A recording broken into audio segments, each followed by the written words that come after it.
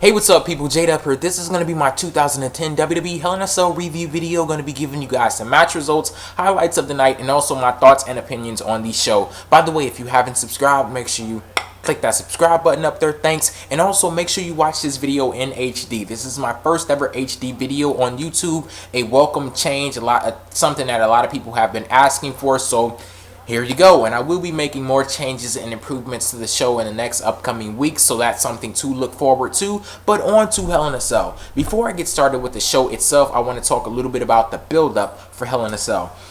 If you've been watching my last couple of videos on YouTube, you would know that I have a huge problem with WWE when it comes to them building up for pay-per-views. When you build up for a pay-per-view, you're supposed to accomplish a couple of things. You're supposed to get people hyped up about the matches on that card. You're supposed to get people excited to want to see the show. But most importantly, you're supposed to entice people to want to buy that show, to spend money on that show. And as far as I'm concerned, WWE, they have been lacking in all of those areas, and Hell in a Cell is no different. But I mean, what do you really expect when you only give yourself 2 weeks to build up for a show? WWE's last pay-per-view, Night of Champions, was a mere 14 days ago.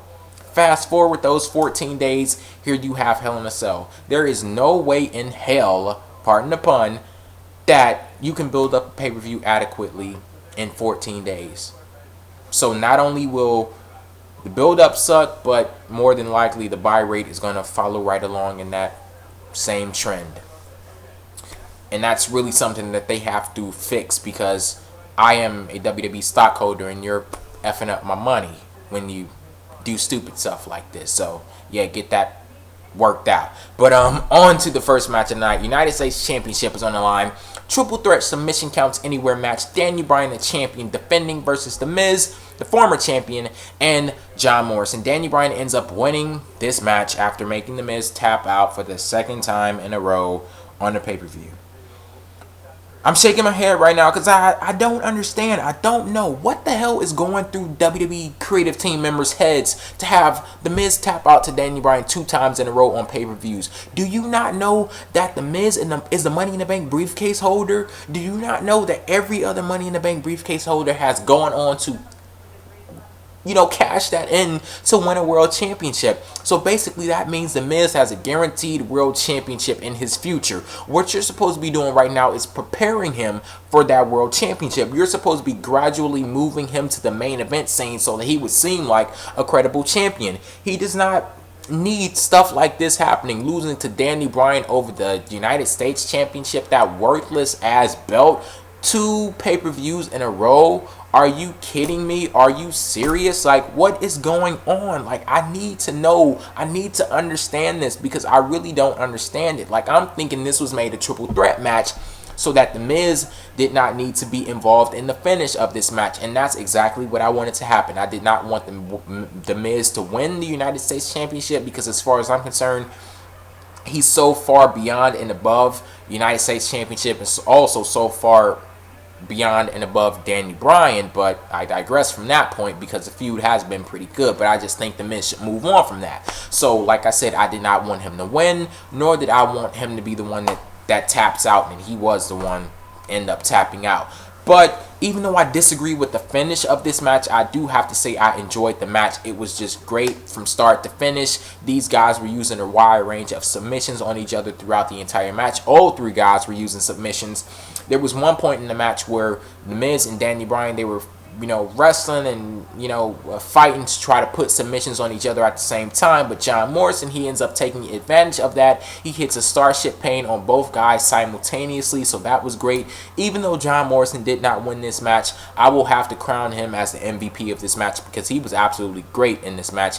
He was using that parkour training that he showed us a couple of weeks ago on Raw. One point in the match, The Miz tried to push a production cart into John Morrison. He blocked that, jumped over it, morphed that into a drop kick. Then he hit The Miz with that drop kick. But the highlight of the match had to come where John Morrison climbed the lighting display. He climbed onto the set design. It was designed like a Hell in a Cell, and it was about 20-25 feet in the air. He jumps off of that, lands right on Bryan and The Miz. All 3 guys were laid out. John Morrison was the first guy to get up. He goes to put a Texas Cloverleaf on The Miz. But Alex Riley comes out, attacks John Morrison. John Morrison is at that point taken out of the match. Then Daniel Bryan, he attacks Alex Riley, throws him into a cameraman. Both guys fall off the ramp, and that allows Daniel Bryan to put the LeBell lock on The Miz, makes him tap out. Daniel Bryan is still your champion. This was a great match, had a lot of great spots. They were working pretty well with the submissions. They were even brawling in the crowd, brawling on the stage. It was just all in all great. I really enjoyed it. Great work from all three guys. Second match of the night, WWE Championship Hell in a Cell match, Randy Orton versus Sheamus. Randy Orton ends up winning this match, retaining his championship. I will say this match was boring as hell. And I only have one person to blame, and that one person I blame is Randy Orton, the WWE Champion, the savior of so many people. I asked in my last video, what has Randy Orton done that's been iconic? What has Randy Orton done that's been memorable since he's, evolved into this new character? And honestly, I did not get that many responses, shockingly.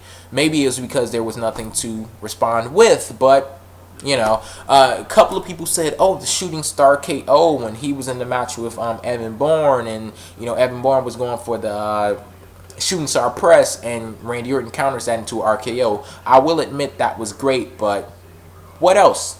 What else has he done? Like, is that it?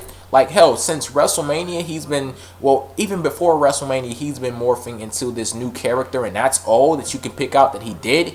And after looking at some of the responses, people calling me a hater, people saying, oh, you just want Cena to go back to dominating because you're just such a huge Cena mark. I did not know this. I did not know that I was a Cena mark. Like, did any of you guys know that? Like, that just flew right over my head. But, hey, I digress from that point. Back to Randy Orton. It seemed like the conclusion of things after reading all those comments, people were basically saying, well, he gets huge pops from the crowd, and he's not John Cena. So basically, that's why everybody loves Randy Orton, because he's not John Cena. He's something different. He's something different than John Cena. That people dislike John Cena dominating, so they're going to automatically love Randy Orton as the champion. Well, hell, if that's the case, why not make Hornswoggle the champion? He's not John Cena. He's something different from John Cena. Hell, why not give the championship to Kelly? She's not John Cena, and she's pretty nice to look at too, so why not give the championship to her? It's not just about being something different. You actually have to be good. You have to be different and good, and I honestly do not think Randy Orton is good right now. I am wiping my hands of Randy Orton. I'm fucking through with him, because I honestly sit here feeling stupid, because a couple of months ago I was praising this dude like crazy, and for all of the people calling me a Randy Orton hater, go back and look at the videos. Go back and look at the videos. I am a big Randy Orton fan, and I thought so much of him. When Legacy started to end, I'm like, Randy Orton is going to be so great. He's going to be so epic, and I feel fucking disappointed right now. I feel hoodwinked. I feel bamboozled. I feel duped.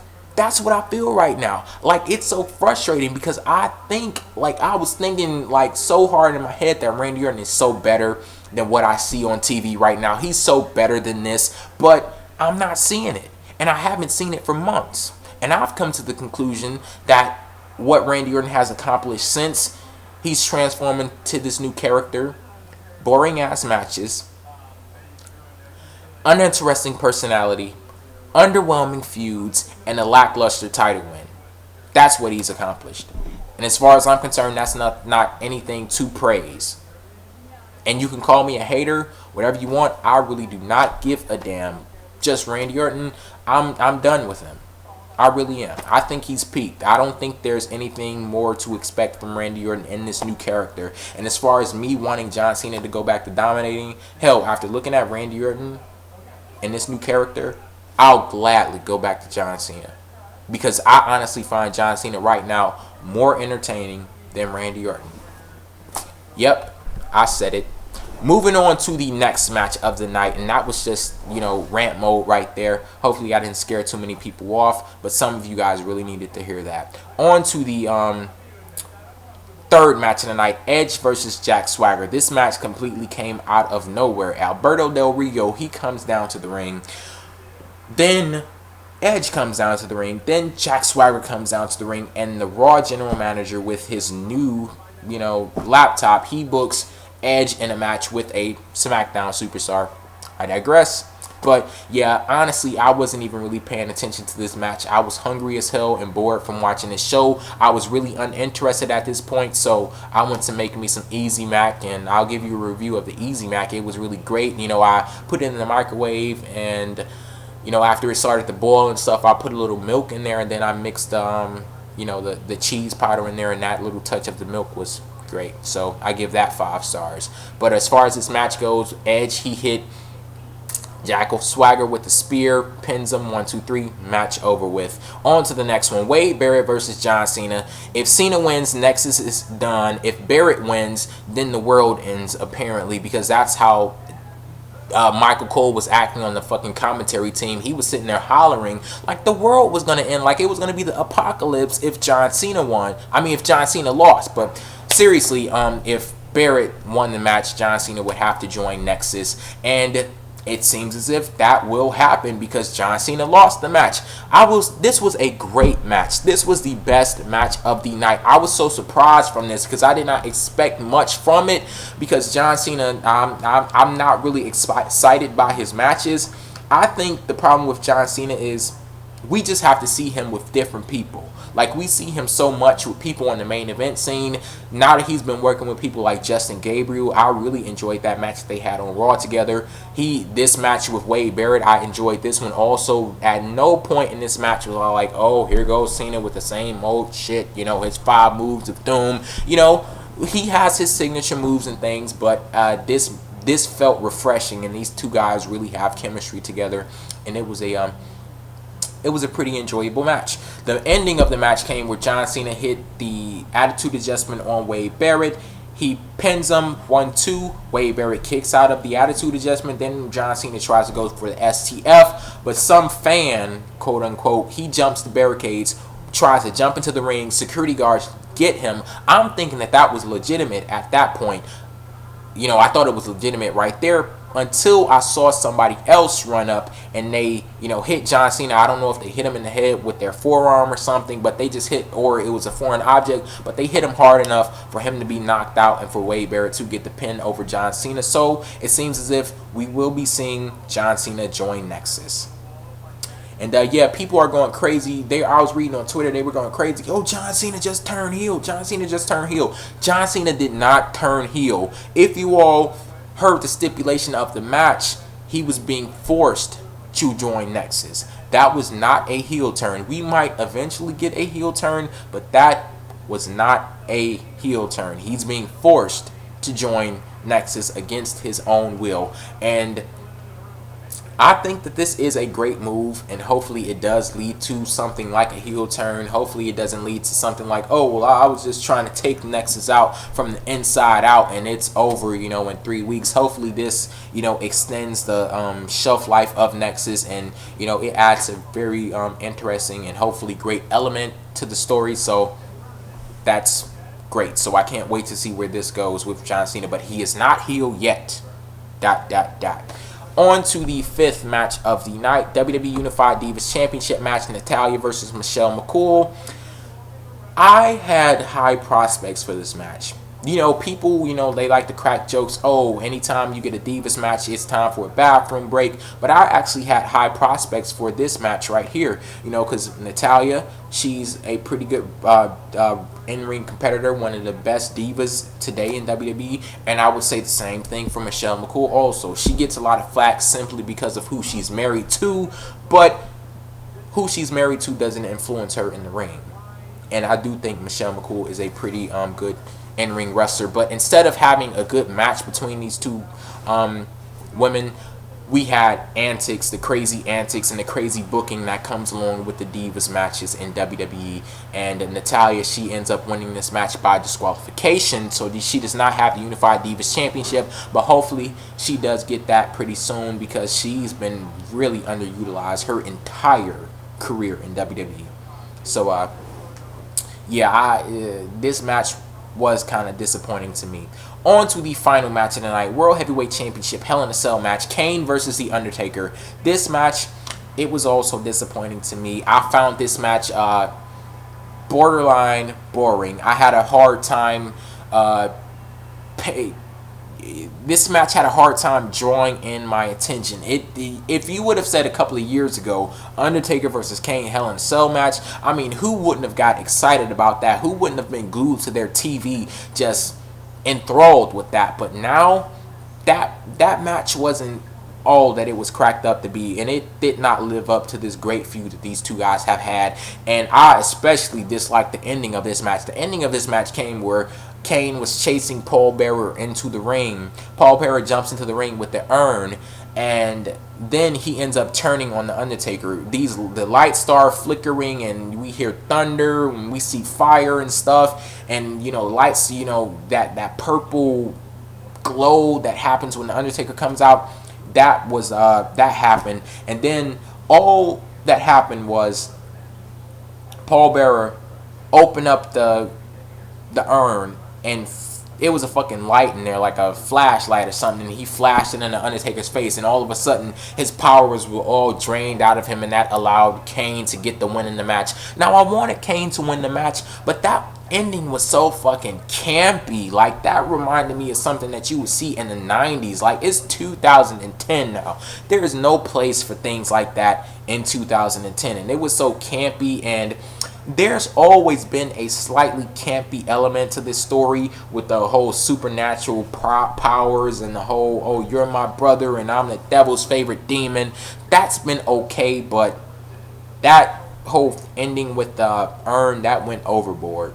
Like, it really did. I did not enjoy that at all. So, yeah, that's where I'll end this video. How long? I don't know how long this video is. This is probably a long-ass video, but hopefully you guys are still tuned in right now. Let me know down in the comment section if you're still tuned in right now. I just, want to see, see who's still watching right now. But thanks for watching if you are. The rating for this video, rating for the show, I'll probably add that in the description box and make sure you guys check that out. But yeah, I know it will be a thumbs down for this show. We had two good matches. The first match and the Wade Barrett versus John Cena. But other than that, not much on this pay-per-view. I felt that the two heavyweight championship matches were lackluster.